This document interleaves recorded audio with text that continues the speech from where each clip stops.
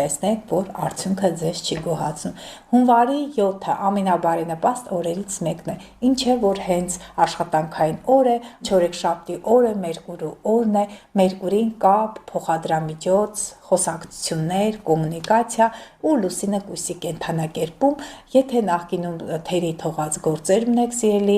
հայրենակիցներ, այդ օրը, որտեղ իջնող հանգույցի հետ միասին է, այդ օրը կարող եք թերի թողած գործերը, հաշվապահությունները, ղեկավարների հետ խոսակցությունները լուծել եւ հնարավոր է նույնիսկ ամսի 7-ի օրը դուք ստանաք պարգևատրումներ։ Այս դրական ասպեկտը բարենպաստ է հողի եւ ջրի ազդեցության տակ ծնվածների համար մանավանդ ես տեսնում Լուսինը կույսում, արևային ծեղջուրում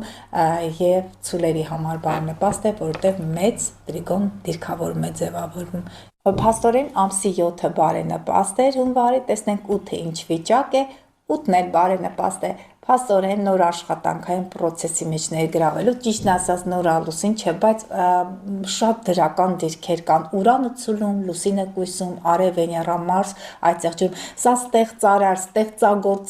ստեղծելու, ֆինանսներ, գումարներ վաստակելու, աշխատելու, աշխատանքում հաջողություններ ունենալու երկու կարևոր օրերը, սիրելի հետևորդներ, հունվարի 7 կամ 8, հենց տոները վերջացան, իմացեք, որ դուք ներգրավում եք աշխատանքի մեջ եւ ունենում եք մեծամեծ հաջողություններ, եթե ճիշտ եք կարողացել կառավարել ձեր իսկ գործերը։ Գնացինք առաջ, հաջորդ օրը ամսի 9-ին, ցերեկային ժամերին, Լուսինը կշեռքի կենդանակերպում ամուսնության գործընկերային հարաբերությունների համար է բարենպաստ, կարող եք գրանցել, այն երկու օրն էլ կարող եք գրանցել ամուսնությունը,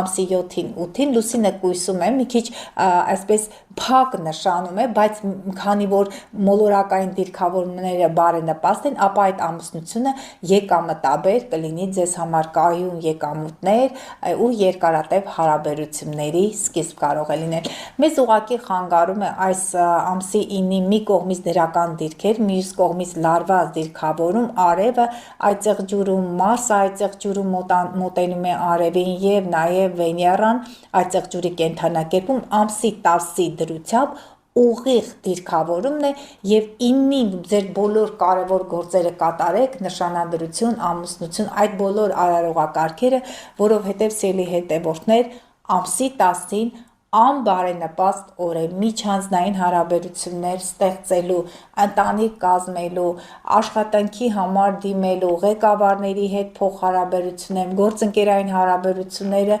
կարող են ուղղակի այսպես թուլանալ, բարդ կոնֆլիկտային հարաբերություններ, որին կարող է նպաստել մարդկա